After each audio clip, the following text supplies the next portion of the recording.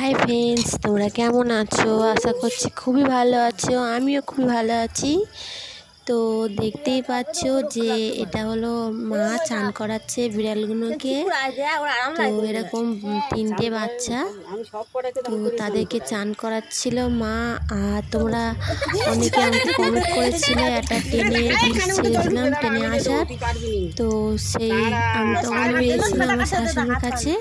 তো শাশুড়ি কলকাতায় থাকে, তো ওনার কাছে ঘুরতে এসেছি। ওনার শরীরটা খারাপ, তো তাই তো তোমরা কমেন্ট করেছিলে, ওই জন্য এই ভিডিওতে বলে দিলাম।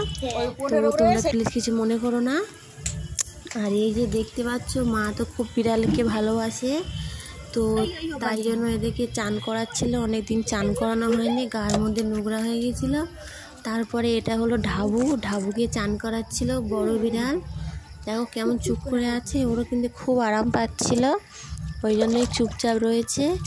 তো শ্যাম্পু দিয়ে আর রোদে দেওয়া জল দিয়ে চান করাচ্ছিল, ঠান্ডা জল দেয়নি, কারণ ঠান্ডা লেগে যাবে, তো ওই জন্য আরাম পাইবো। তো দেখো গরমে কেমন চান করাচ্ছে।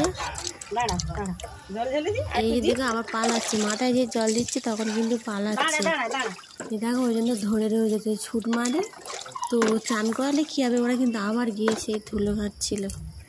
তো গাইস, সেই যে আমি একটু সন্ধ্যেবেলা একটু ক্লাবে এসে বসে আছি, দেখো গার মধ্যে কেমন ঘেঁষে বসে রয়েছে। এই দেখো মুন্ডু ধরে পাক দিচ্ছিলাম আমি, তো গার মধ্যে এসে এত গা ঘেঁষে, প্রচুর গা ঘেঁষে। তো ফ্রেন্ডস দেখতে পাচ্ছ কেমন গা কেমন দেখছে।